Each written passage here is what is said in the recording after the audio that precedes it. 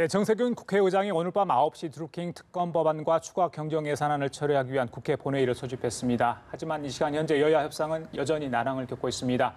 한편 한반도 정세가 중대 고비를 맞고 있는 가운데 정치권에서도 안보 문제를 두고 논란이 벌어지고 있습니다. 이 시간 현근택 더불어민주당 부대변인, 이경환 자유한국당 부대변인, 김철근 바른미래당 대변인 세 분 모시고 전국 현안들 짚어보도록 하겠습니다. 안녕하십니까? 네, 안녕하세요. 어서 오십시오. 예. 자, 오늘도 재밌는 또 건전한 이 토론을 좀 해주시면 감사하겠습니다.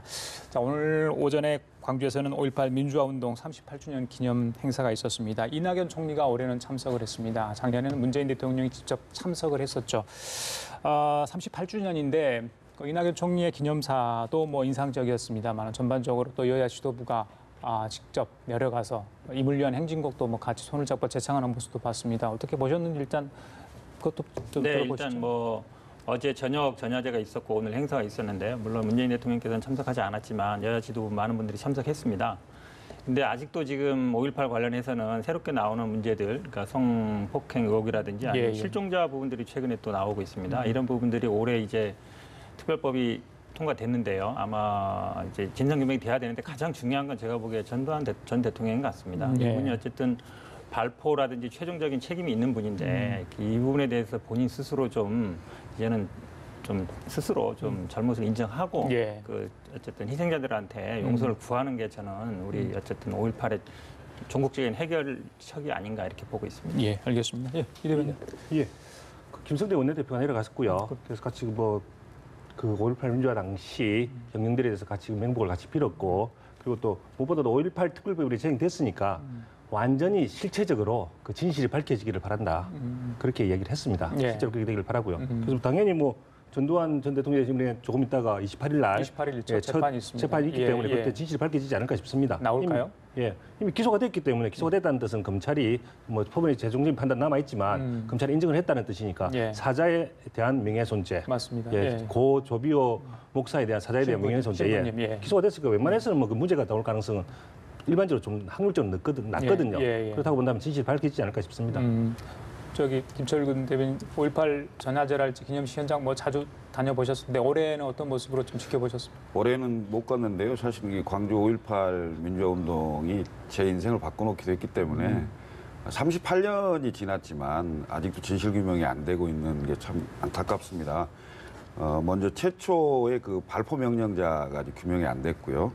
그다음에 헬기에서 기총수사를 한 부분이 있는데 그것도 아직 좀 안 됐고, 그다음에 안매장지가 있다는 여러 그 얘기들이 있는데 그것도 지금 그 규명이 안 됐습니다. 그리고 최근에 지금 얘기가 나왔습니다만은 5.18 당시에 조사 과정에서 성폭행, 성추행 이런 얘기들이 많이 나오고 있는데 광주 5.18 민주화 운동은 우리나라 그 민주화 운동의 어떤 성지로 이렇게 얘기될 수도 있고 아시아 세계적으로도 많은 분들이 대한민국의 민주화의 출발점, 그 민주화를 이룬 그 근원이 어디에 있느냐를 대부분 5.18을 찾고 있습니다. 그래서 우리 스스로가 먼저 이걸 정확하게 규명하고 역사적 사실을 남김으로 인해서 후세 또는 전 세계적으로 민주화 운동의 모범이 되는 또 그걸 기리는 이런 게 될 수 있도록, 사실 올해 2월 달에 지금 특별법이 통과가 됐습니다만 이 특별법에 통과가 돼서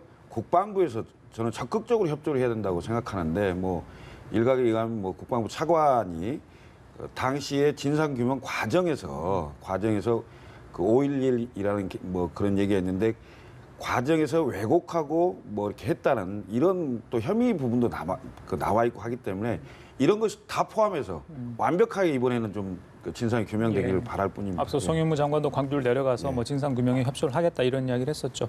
하나만 더 여쭤볼게요. 오늘 이낙연 총리가 이제 기념사를 낭독을 했는데 작년에는 이제 문재인 대통령이 이제 기념사를 하시고 나서 이제 그 유족을 포옹하는 장면이 굉장히 많은 분들에게 이야기가 되고 두고두고 지금도 이야기를 하고 있는 상황이고, 오늘 이낙연 총리도 울먹이면서 기념사를 다 중간에 멈추는 그런 모습도 봤거든요.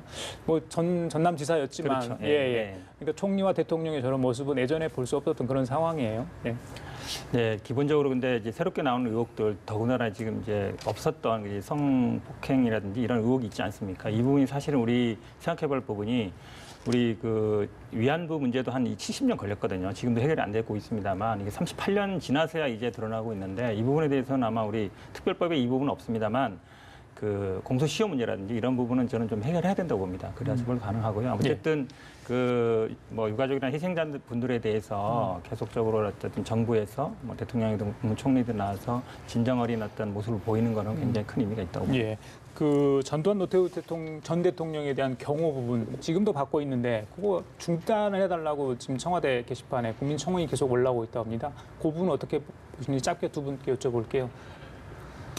뭐 만약에 뭐 이 부분은 법적인 부분인데요. 경우가 언제까지 될지에 대해서는 법에 의해서 이루어지는 건데 법이 개정이 되지 않는 한 일단 법에 의해서 이루어지는 건 쉽지 않을 거라 보여지고요. 만약에 필요하다면 뭐 법을 개정하는 방안을 생각을 해볼 수 있겠지만 지금 뭐 여러 가지 다른 그 전직 대통령이라는 한 분이 이분만 있는 것도 아니고 이런 분들이 많이 있지 않습니까? 그런 분들과 관련해서 이제 종합적으로 판단되어져 가지고 여야 합의에 의해서 이제 법이 개정되어야 되겠죠. 예, 알겠습니다. 여론 수렴이 좀 필요하다 이런 말씀이신 것 같고요. 예. 일단 대한민국 법치국가입니다. 근데 이제 법에 의해서 전직 대통령 애우에 관한 법률에 의해서 사실 애우는 못 받고 있잖아요, 사실.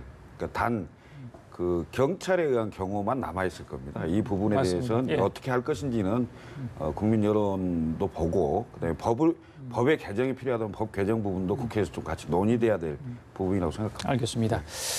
자, 그 북미 대화 국면을 앞두고 남북 관계 또 북미 대화가 잘 이루어질지 뭐 불안감이 조금 서서히 오고 있는 상황인데 북한이 계속 얼음장을 놓고 있습니다. 그런데 정치권에서도 이제 한두 가지 현안 때문에 여러 가지 설전도 오가고요. 뭐 그런 상황인데 일단 이건 뭐 한국당 이야기니까 이경환 대표께 여쭤봐야 될 것 같아요. 어제 이제 그 미국 정부와 의회에 보낸 7가지 그 사안 내용이 공개되지 않았습니까? 그렇습니다. 거기에 대해서 뭐 민주당은 뭐 약간 반발을 했습니다만은 예. 이건 어떤 취지에서 이걸 하게 됐는지 그 부분을 좀 여쭙고 싶어요. 예.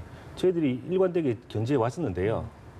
협상이 중요하고 평화 협상이 중요하고 당연히 남북 통일로 가야 되고 하는 것들은 맞지만 결과적으로 비핵화를 전제로 해야 된다. 그리고 그 비핵화라고 하는 것은 현재 핵에 대한 중심축은 북한이기 때문에 한반도 비핵화가 아니라 북한의 비핵화가 쟁점이 있는 것이고 그 비핵화는 총국적으로는 CBID, 물론 어제는 PBID라고 얘기했습니다. 약간 차이가 있지만 컴플리트냐 뭐 퍼먼트 영어로 좀 편하게 그렇지만 어쨌든 영구적인 핵 폐기 이런 이야기 했는데요. 그 원칙과 더불어 그런 원칙이 선행이 되어야만이 보상이나 어떤 뭐 체제 인정, 체제 보장 이런 것들이 이루어져야 된다. 그것이 없이 뭐 먼저 북한이 원하는 대로 가서는 안 된다. 왜냐하면 어제도 새로운 변심이 있었지만 새로운 태도 변화가 계속적으로 있을 수 있다. 이런 차원에서 본다면 그런 것들이 확인되지 않은 상태에서 먼저 보상이 지급되고 나면 과거와 동일하게 된다. 과거에도 일단 보상이 갔다가 나중에 결과적으로 다시 핵 개발이 계속 이루어지지 않았습니까? 그런 차원에서 본다면은 반드시 핵 폐기를 전제로 완전한 핵 폐기를 전제로 어떤 체제 보상이라든지 경제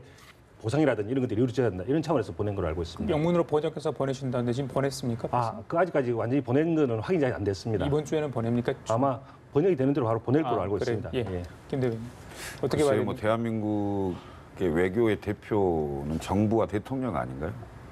그 야당 대표가 또는 야당이 문제 제기를 할 수 있는 거지만 그것을 직접 미국이나 또는 일본 뭐 외국에 대한민국을 대표하는 정부가 있고 대통령이 있는데 그렇게까지 하는 건 좀 과한 행동이다. 그건 좀 적절치 않다라고 저는 보입니다. 국내에서 비판하고 제대로 그 외교를 해라. 이런 비판 충분히 할 수 있죠. 그렇지만 그것을 넘어서서 우리 야당의 입장이 이러니 미국 의회와 미국 대통령이 이걸 받아달라. 이건 그럼 대한민국을 대표하는 그 정통성 있는 사람이 여러 사람이 되나요? 그런 점에서 본다면 좀 적절치 않다라고 저는 보이고요. 내용을 떠나서 우선요. 예. 그리고 지금 북미 회담을 앞두고 저는 상당히 기싸움을 하고 있는 게 아니냐 이런 게 보입니다. 그러니까 완전한 그 비핵화하는 그 프로그램을 어떻게 짤 거냐. 그다음에 이거에 대한 대응하는 걸로 동전의 양면 같은 건데 평화 체제, 그다음에 뭐 체제 보장 이 부분을 어떻게 같이 그 동시에 타결해낼 수 있을 것이냐. 근데 미국은 완전한 핵폐기 부분에 대한 방점을 두고 계속 그에 강경한 입장을 내고 있기 때문에 북한 입장에서 보면 아니 체제 보장이나 평화협정이나 이런 것은 얘기가 없는데 우리 핵만 폐기하자고 그러는 거냐 하고 뭔가 이의제기하고 문제를 달고 있는 게 아닌가. 그리고 더군다나 그 부분을 대한민국 정부가 좀 역할을 해주길 바라는데 그 역할이 미흡하다고 판단했는지 모르겠습니다만은 일단 남북 간의 고위급 회담도 지금 무기 연장 연기되는 이런 상황까지 오지 않았나 싶고요. 그래서 저희가 남북 정상회담 때도 너무 환영하고 흥분하고 이렇게만 갈 일이 아니다. 정말 냉정하고 차분하게 북미 정상회담, 그다음에 실질적인 핵폐기를 이룰 수 있는 방법을 우리가 강구해야 된다. 이렇게 말씀드렸던 것입니다. 네, 간단히 말씀드리겠습니다. 지금 상황이 저는 굉장히 엄중한 시기라고 봅니다. 그래서 살얼음판을 걷는 심정이라 얘기했는데요. 큰 틀로 보시면 어쨌든 북미가 굉장히 대립을 하다가 올림픽을 계기로 해서 어쨌든 정상회담을 했고요. 북미 정상회담을 앞두고 있습니다. 하지만 이런 상황에서 그러니까 우리 대한민국이 어쨌든 중재자 역할을 그동안 해왔거든요. 중국이 약간 끼어드는 모양새입니다. 북한이 계속 중국에 러브콜을 보내면서 북한이 이제 미국한테 좀 이렇게 강하게 나오는 입장인데요. 사실은 지금 우리나라가 이걸 혼자 하기도 굉장히 어려운 상황인데 야당이 여기에 또 어찌 보면 개입을 해서 다른 요구 조건을 하는 건 저는 좀 적절치 않다고 보고요. 지난번에 아마 홍준표 대표님께서 미국에 가서 전술핵 얘기했을 때도 굉장히 어떤 혼란이 생겼습니다. 그런 우려가 있기 때문에 좀 외교 안보 문제는 굉장히 물론 중요하지만 지금은 상황이 조금 굉장히 어려운 상황이기 때문에 좀 자중해 주시는 게 맞다 이렇게 보겠습니다. 각 당의 평가를 하는 걸로 좀 마무리하겠습니다. 자, 이 문제는 세 분께서 말씀을 좀 정말 정확히 좀 해주셔야 될 것 같아요. 오늘 밤 9시에 이제 둘금 특검법과 추경안 처리를 위한 국회 본회의가 예정이 돼 있습니다. 소집이 돼 있는데 지난 14일 날 이제 국회 정상화에 합의를 했었죠. 그리고 18일 날 특검과 추경을 동시 처리하기로 했는데. 특검도 특검, 추경 예산은 또 추경도 추경. 글쎄요, 난항을 지금 겪고 있다. 제가 그렇게 전해 들었습니다. 자, 오늘 동시 처리 어렵다는 얘기도 더 많은 것 같아요. 자, 어떻게 가능하겠습니까? 여당 입장이 좀 그렇습니다. 일단 기본적으로는 뭐 합의를 한 거기 때문에 준수를 해야 된다고 봅니다. 하지만 아시다시피 지금 특검에서는 뭐 규모와 시기의 방법에 대해 다투고 있고요. 그다음에 추경에 대해서는 뭐 삭감이라든지 원안 이 부분에 다툼이 있는데 이게 사실은 굉장히 처음에 합의를 할 때 촉박하게 됐습니다. 2, 3일 만에 예산을 다 하고 쟁점이 많은 뭐 특검법을 처리하는 거라 저도 사실 쉽지는 않다고 봅니다. 하지만 최대한 국민들한테 약속이기 때문에 뭐 9시에 소집했으면 10시, 11시 되더라도 일단 처리하는 게 맞다. 원칙적으로는 그렇게 보고 있습니다. 알겠습니다. 예, 거기까지 듣고 제가 추가 질문 드릴게요. 자, 뭐 우리 원내대표께서도 지금 광주 갔다가 오자마자 소집을 했습니다. 그 상임위원장과 그 중진 의원 연석회의를 소집했는데 아마 지금 회의가 진행 중인 걸 알고 있습니다. 아마 그 내용은 오늘 법안 처리 관련돼서 어떤 중지를 모아보자는 것 같은데 이런 회의를 개최한 것 자체가 어떻게 보면 이번에 좀 어려움이 많이 있다라는 것 같고요. 그럼에도 불구하고 어떻게든 처리를 해보겠다는 의지가 있다. 그렇습니다. 어떻게든 해결해 보려고 어떤 중지를 모아보기 위해서 얘기를 하는데 어쨌든 쟁점들이 많고 이거는 쟁점은 특검뿐만 아니라 추경안도 쟁점이 의외로 많습니다. 그래서 만만치가 않은데 어쨌든 아까 우리 현 대변인도 얘기를 했지만 어쨌든 약속을 한 것이 있기 때문에 이 정치에서는 시간이 아주 긴 시간입니다. 그래서 그 과정에 어떤 변동이 있을 수도 있기 때문에 어떤 국민이 원하는 어떤 결과를 낼 수도 있지 않을까 그렇게 한번 기대를 한번 해봅니다. 예, 알겠습니다. 자, 김 대변인. 14일 날 타결이 안 될 걸로 생각했지 않습니까? 근데 극적 타결을 해서 4명의 그 국회의원 사직서를 처리하고 오늘 18일 날 특검과 추경을 동시에 하기로 했는데요. 우선 그 특검에 대해서 민주당이 전향적으로 좀 생각을 해줘야 됩니다. 그렇지 않아도 오늘 뭐 언론에 드루킹의 옥중 편지가 공개되면서 이건 상당히 그 여러 가지 관련성이 많은 게 아닌가. 대선 전부터 그다음에 이른바 말하는 대로 매크로 프로그램과 킹크랩을 통해서 사실상 기계를 동원한 그 여론 조작, 댓글 조작을 했다는 게 나오는 상황이거든요. 더군다나 실세 중에 실세라는 김경수 의원이 시연하는 현장에 있었다는 그런 주장도 나와 있는 거 아닙니까? 그다음에 돈을 주고받는 과정, 그다음에 일본 대사와 총영사, 오사카 총영사, 센다이 총영사, 뭐 이런 그 직에 대한 공직에 대한 얘기까지 나와 있는 거기 때문에 자 실패한 특검의 대표적인 게 내곡동 사저특검입니다. 그 사저특검은 30일간 했고요. 특검부가 2명밖에 없었어요. 거의 그야말로 거달기식의 특검으로 해서 결국 이 특검이 잘못돼서 이번 검찰에 다시 한 거 아닙니까?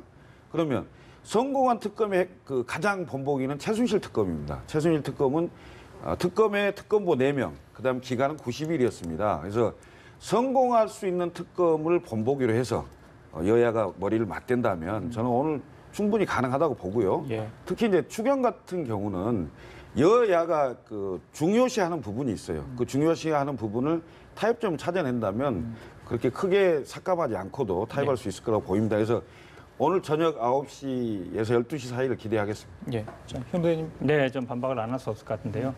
그 모 일간지에서 아마 이제 편지를 전문을 다 실었더라고요. 그러니까 전문은 실지 않고 전문은 이제 온라인상에 실고 이제 내역 요약해서 실었는데 그 사실은 저는 이 언론사의 좀 행태를 저는 좀 문제가 있다고 봅니다. 왜냐하면 지난번에 뭐 PC도 절도해서 보도를 했었는데요. 그리고 일방적인 주장이거든요. 이게 지금 수사기관에서도 이제 진술을 하겠지만 어찌 보면 뭐 정치 브로커라고 저희들은 칭하고 있는데 일방적인 주장이고 이분이 또 민주당에서 먼저 고발을 해서 구속이 된 겁니다. 그리고 지금 인사청탁을 안 들어줘서 어찌 보면 이제 굉장히 억감정이 있는 상태인데요. 그런 분의 어떤 일방적인 그 편지 글을 언론에서 대대적으로 보도하고 이거를 지금 보도한 시점도 문제입니다. 지금 특검 협상을 앞두고 있는 상황에서 보도한 거거든요. 그래서 저는 좀 의도성이 있다고 보고요. 지금 추경 같은 경우도 보면은 추경이 지금 뭐 일자리와 관련이 없는 예산이라든지 거의 뭐 36% 정도를 삭감한다 그러는데 굉장히 뭐 군산이라든지 아니면 뭐 부산 지역이라든지 굉장히 어려운 지역들이 있습니다. 이런 부분들은 일자리 아니면 구조 조정에 투입된 예산이기 때문에 저는 뭐 조속히 일단 통과가 된다고 보고 있습니다. 말씀하신 것 중에 그 아까 PC 그 절도한 네. 거는 같은 회사는 아니었죠. 같은 미디어 그룹. 미디어 그룹입니다. 있죠. 예, 예. 예, 그건 정확하게 좀 네. 분명히 다른 이름은 다르니까요. 제가 그 문제 정정을 좀 하고요. 자, 이번 일단 추경도 중요하고 특검도 중요하지만 역시 말씀하신 거 보면 특검에 세 분이 더 관심이 좀 많은 것 같습니다. 예. 글쎄요. 만약에 안 될 경우에 오늘 안 된다면 또 다시 정치권은 부담이 쌓이고 또 지탄을 받을 것 같아요. 그 부분에 대해 감수를 하실 수 있을까 모르겠습니다. 어떻게 보세요? 예, 그 부분에 대해서 감수가 아주 어렵기 때문에 예. 가능하면 오늘 결정을 내리지 않을까 싶긴 한데요. 예. 물론 이제 일부는 오픈된 상태에서 일단 이 정도의 합의는 있었다. 이 정도는 할 수 있을 것 같긴 하거든요. 지난번에 합의를 봤듯이. 그런데 지금 쟁점이 좀 크기 때문에 특히 예. 가장 중요한 것은 김경수 의원이 수사 대상이 될 수 있느냐. 이 부분에 대해서 의견이 있는 거거든요. 뭐 아까 뭐 오늘 뭐 언론 보도도 이야기를 했지만 어쨌든 그 보도 이전에도 이 드루킹 사건 자체는 김경수 의원을 빼고서는 이야기가 안 되는 사건입니다. 예, 예. 사실 그렇지 않습니까? 뭐 여러 가지 이야기들이 많이 있지만 김경수 의원에게 적극적으로 어떤 보고를 해왔다. 드루킹 표현에 의하면은 뭐 물론 김경수 의원은 본인은 뭐 별로 그 보낸 건 없고 받기만 했다고 하지만 실제적으로 URL을 보냈다든지 이런 것들 다 내용이 나타나 있는데 그 김경수 의원을 보호하기 위한 것인지 잘 모르지만 어쨌든 김경수 의원 본인 자체가 스스로 특검을 받겠다고 하는데 김경수 의원을 수사 대상에서 제외한다. 이거는 특검 의미가 없는 그렇죠. 거죠. 본인 특검 이상의 제가 반박을 안 할 수 없는데요. 예. 잠깐만요. 내가 말씀드릴게요. 반박이니까 짧게 네, 네. 이야기를 먼저 네. 하시죠. 예. 김경수를 배제한다는 게 아니고 특검 합의 사항에도 보면 관련된 혐의자의 불법 행위에 대한 조사하게 돼 있습니다. 그래서 만약에 수사를 해서 거기서 만약 불법 행위가 나오면 조사할 수 있는 거거든요. 예, 그러니까 지금 쟁점을 김경수에 포함되냐 안 되냐 이걸로 하는 건 아니죠. 그건 공식 입장. 예, 알겠습니다. 그 뭐냐면 김경수 의원 이름이 있냐 없냐는 중요치 않습니다. 그래서 합의한 4가지 사항이 정확히 그 특검을 통해서 조사가 된다면 그 관련자는 다 수사하게 돼 있고요. 자, 이번에 18일 날 추경과 그 특검을 동시에 처리하자고 합의한 이유가 있어요. 그 이유는 뭐냐면 홍영표 그 민주당 신임 원내대표가 취임을 하고 나서 첫 국회를 그 정상화 시킨 거 아닙니까? 그 정상화 시킬 때 원래 합의서를 써도 사실은 파기하기가 쉬운 상황이기 때문에 잘 안 하는 상황이었는데 예. 자, 신임 원내대표가 약속을 한 겁니다. 특검을 받겠다. 대신 설득할 수 있는 시간을 달라. 2, 3일만 달라. 이런 얘기가 있었기 때문에 그 약속을 받고 그야말로 좀 구체적이지 않는 합의 사항을 합의를 하고 당시에 국회의원 4명의 사직서를 보내 통과했던 겁니다. 그래서 예, 알겠습니다. 저는 오늘 9시 이후에 12시 이전에 홍영표 원내대표, 신임 원내대표의 정치력을 믿고 저는 통과될 거로 봅니다. 저기 현근택 부대변인께서 양해하시면 두 분께만 짧게 여쭤볼게요. 네네. 이건 두 분이 이야기를 하셔야 되니까. 저기 김문수 후보하고 예. 여쭤봐도 되죠? 안철수 예. 후보의 단일화 얘기. 뭐 생각이 없다는 쪽도 있는데 이것도 단일화 가능성을 또 열어놓은 그런 언급을 하셔가지고 그렇습니다. 짧게만 어떻게 되는 겁니까? 확인하고 좀 가겠습니다. 예, 뭐 결국은 선거 상황이라고 저는 보고요. 원칙적으로는 뭐 당연히 처음 시작할 때부터 단일화는 없는 걸로 이야기를 해왔고 지금도 그 공식적인 입장은 아닌 걸로 알고 있는데 네. 다만 이 선거라고 하는 것이 이기기 위한 것인데 만약에 뭐 질 것이 두 사람이 분리돼 있기 때문에 질 것이 명백하고 한 사람이 단일화되면 이길 수 있다라고 한다면은 정치이기 때문에 네. 될 수 있는 가능성이 있다는 이야기지 단단한 이야기는 아닙니다. 알겠습니다. 정치이기 때문에 그 가능성이 있다는 이야기고 모든 선거는 1대1 구도로 가는데 아마 모든 사람들이 원하는 바가 있습니다. 과거에도 문재인 후보나 안철수 후보가 후보 단일화를 결국 하지 않았습니까? 그런 알겠습니다. 차원에서 이야기지겠죠. 박원순 시장이 돼서는 안 된다라는 점에서 그 김문수 후보가 홍준표 대표와는 좀 다른 것 같은데요. 박원순 시장을 이길 수 있는 야권 대표 선수로는 이미 안철수 후보로 서울 시민들이 판단하고 있을 걸로 생각합니다. 그렇게까지 이 말씀을 하시는 건 알겠습니다. 돌려서 이야기를 하셨는데요. 알겠습니다. 자, 지금까지 현근택 더불어민주당 부대변인, 이경환 한국당 부대변인, 김철근 바른미래당 대변인이었습니다. 말씀 잘 들었습니다.